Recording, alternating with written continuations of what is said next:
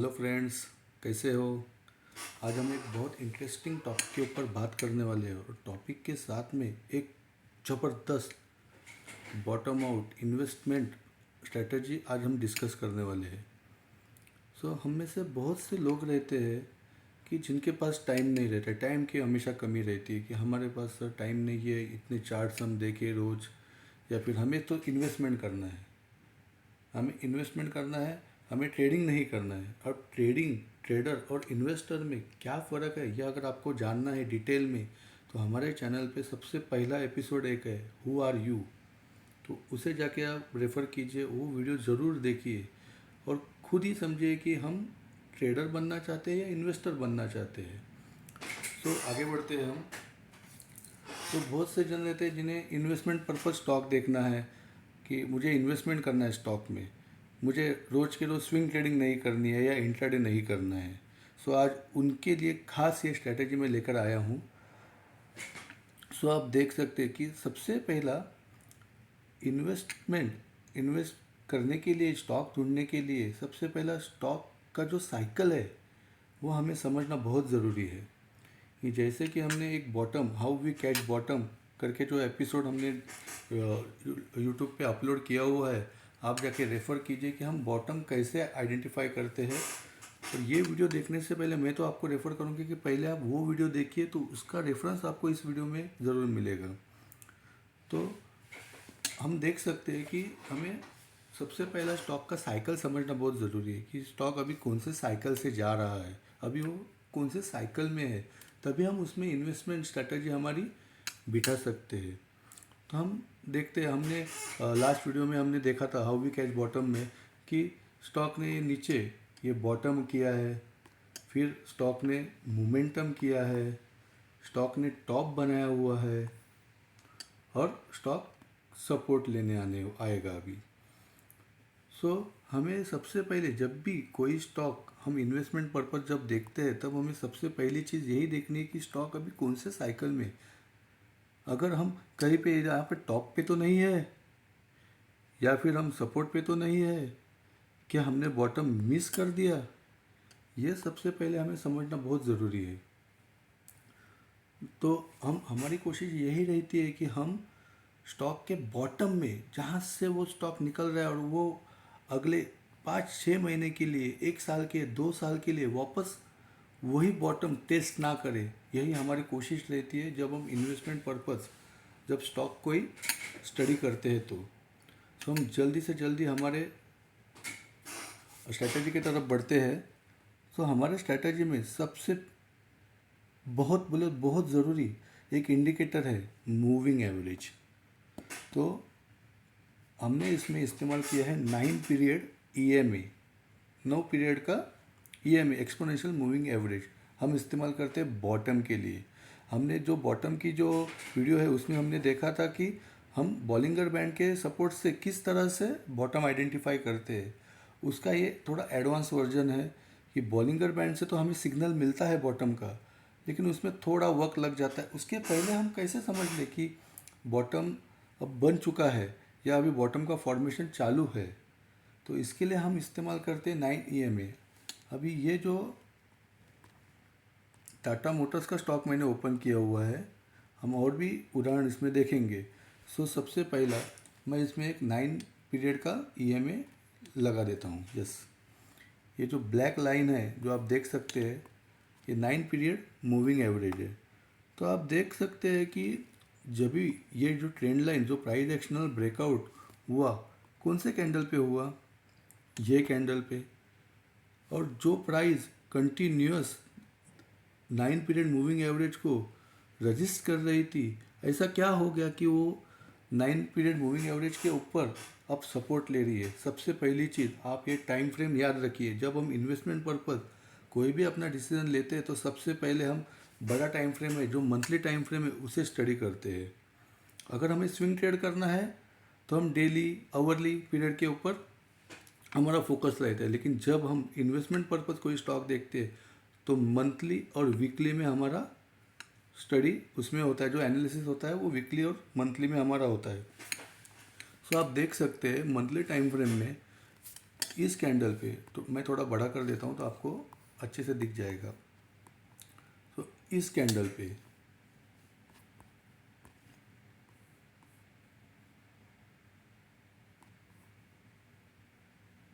Yes, इस candle पे उसका डायरेक्शन चेंज हो गया, प्राइस एक्शन उसने चेंज कर दिया, उसके ऊपर वो अभी ट्रेड कर रहा है। इसके साथ में मैं और एक चीज़ लगा देता हूँ, बॉलिंगर बैंड। अभी बॉलिंगर बैंड ने हमें इसका इंडिकेशन कब दिया? उसके अगले के अगले मंथ में। मैं उसे भी मार्क कर देता हूँ। इस कैंडल पे हमें बॉलिंगर बैंड ने कंफर्मेशन दिया कि अभी बॉटम बन चुका है। ये लेवल अभी वापस टेस्ट होने वाले नहीं है अगले 1 साल के लिए, 2 साल के लिए। तो हमने बॉटम देख लिया, जो 9 पीरियड मूविंग एवरेज के ऊपर अभी ब्रेकआउट दे के जा रहा है ऊपर, प्राइस एक्शनल ब्रेकआउट हो रहा है, उसके साथ में बॉलिंगर बैंड का भी उसको कंफर्मेशन मिल गया है। तो ये बन गया बॉटम। तो हमें सिर्फ बॉटम ही देखना है कि इन्वेस्टमेंट पर्पज़ में जब भी हम कोई स्टॉक देखते हैं, चलो बॉटम मिल गया, हमने एंट्री तो कर ली, लेकिन एग्ज़िट कहाँ तक जाना है, कहाँ तक हमें ट्रेड करना है उसको। ये बहुत से वक्त क्या होता है कि हम एंट्री तो अच्छी तरह से प्रिडिक्ट कर लेते हैं, एंट्री तो हो जाती है, लेकिन कहाँ निकलना है ये हमें पता नहीं रहता है। इस वजह से हम उसमें अटक जाते हैं, स्टक हो जाते हैं उसमें, और बहुत बड़ा हिस्सा हमारे प्रॉफिट का उसमें से हम वापस मार्केट को दे देते हैं। तो आप देख सकते हैं कि 9 पीरियड मूविंग एवरेज के ऊपर ट्रेड कर रहा है, उसके साथ में उसने एक ब्रेकआउट भी दिया है प्राइस एक्शन का, साथ में बॉलिंगर बैंड का भी कंफर्मेशन हमें मिल गया है। अभी हम देख सकते हैं सेम क्राइटेरिया फिर से हुआ, फिर से कहाँ पे हुआ? सो मैं वापस मार्क करता हूँ,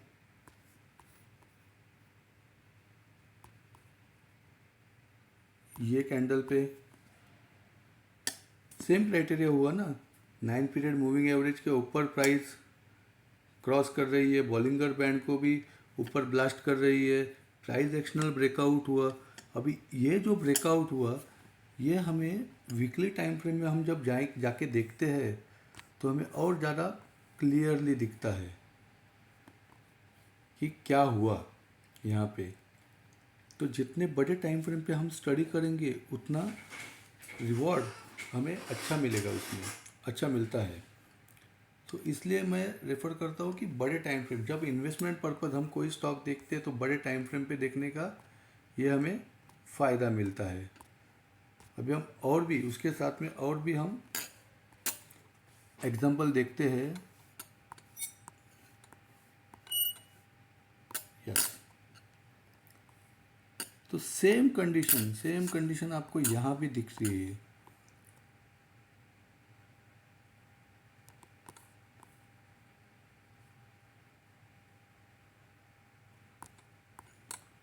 प्राइस 9 पीरियड मूविंग एवरेज के ऊपर जो पहले नीचे चल रही थी प्राइस, उसने वहाँ पे ब्रेकआउट दिया, प्लस प्राइस एक्शनल ब्रेकआउट भी हुआ, और उसके साथ में वही स्टॉक अगले 6 महीने तक, अगर आप यहाँ पे देख सकते हैं कि छोटे टाइम फ्रेम आपको ये दिख रहा रहेगा कि इसमें कितना हमें रिटर्न मिला।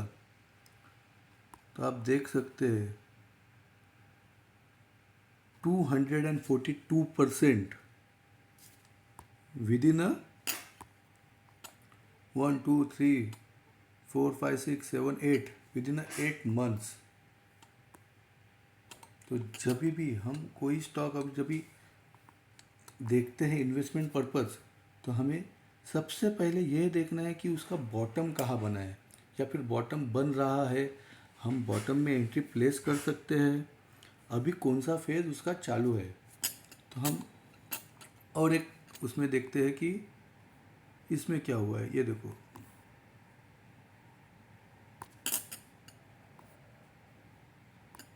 यस, तो इसमें भी हम देख सकते हैं कि प्राइस जो 9 पीरियड मूविंग एवरेज के नीचे चल रही थी, जो नीचे चल रही थी, अचानक से उसमें चेंज हुआ और प्राइस ऊपर चलने लगी। थोड़े छोटे टाइम फ्रेम पे हम वीकली टाइम फ्रेम पे हम जाएंगे तो हमें दिखेगा कि बॉलिंगर बैंड का अपर लेयर की ब्लास्ट हो चुका है, उसके ऊपर कैंडल क्लोज हो चुकी है। अगर हम वहाँ से चेक करते हैं कि कितने परसेंट का रिटर्न परसेंटेज हमें मिला है, तो हम देख सकते हैं 140% का रिटर्न हमें उसमें मिला है। इस तरह से आपको उसमें स्टडी करना है कि कहाँ पे बॉटम बन रहा है, क्या हम बॉटम में एंट्री कर सकते हैं। ये स्टॉक अभी बॉटम बना चुका है, मोमेंटम कर रहा है, ये टॉप बना चुका है या सपोर्ट ले रहा है। सबसे पहले ये समझना बहुत ज़रूरी है। टाइम फ्रेम रहेगा हमारा मंथली। एक 9 पीरियड मूविंग एवरेज क्यों इस्तेमाल करना है, ये तो इसकी बहुत बड़ी स्टोरी है कि इनसे क्यों इस्तेमाल करते हैं, क्यों ये इतने अच्छी तरह से काम करता है। तो हम बैक स्टडीज कीजिए, आप और भी चार्ट में स्टडी कीजिए कि यही क्राइटेरिया बना है क्या, और वो बॉटम अगले 6 महीने, 1 साल, 2 साल वापस रिटेस्ट हुआ है क्या, ये आप चेक कर लीजिए। तो आपको उसमें जो ये स्ट्रेटजी मैंने आपको जो बताई है, उसमें आपको और कन्विक्शन आएगा कि और कन्विक्शन से आप उसमें ट्रेड कर पाओगे। इन बिटवीन मोमेंटम में हम फिर से बॉटम कैसे आइडेंटिफाई करते हैं, वो एक अलग स्टडी है जो हमारे कोर्स में हम सिखाते हैं कि मोमेंटम में कोई स्टॉक है, जो मोमेंटम फेज में अगर स्टॉक है तो उसमें बॉटम कैसे हमें देखना है स्विंग ट्रेडिंग के लिए, कैसे उसमें इंट्राडे करना है, इंट्राडे के वक्त उसमें कैसे बॉटम आइडेंटिफाई करना है और वहाँ से एंट्री लेनी है। मैं आशा करता हूँ कि ये जो मैंने आपके साथ जो स्ट्रैटेजी जो आज रिवील की है आपके साथ, आपको बहुत फ़ायदेमंद साबित होगी। आप खुद से इसके ऊपर स्टडी करेंगे, आप खुद से चार्ट रीड करेंगे और देखेंगे कि ये स्ट्रैटेजी वर्क होती है या नहीं। आप और भी चार्ट्स देखिए, सब में आपको ये सेम पैटर्न दिखाई देगा। अगर आपको ये स्ट्रैटेजी अच्छी लगी हो तो प्लीज़ कमेंट्स कीजिए, लाइक कीजिए और हमारे चैनल को सब्सक्राइब कीजिए। आज के लिए इतना ही, मिलते हैं अगले एपिसोड में। Thank you so much, bye bye.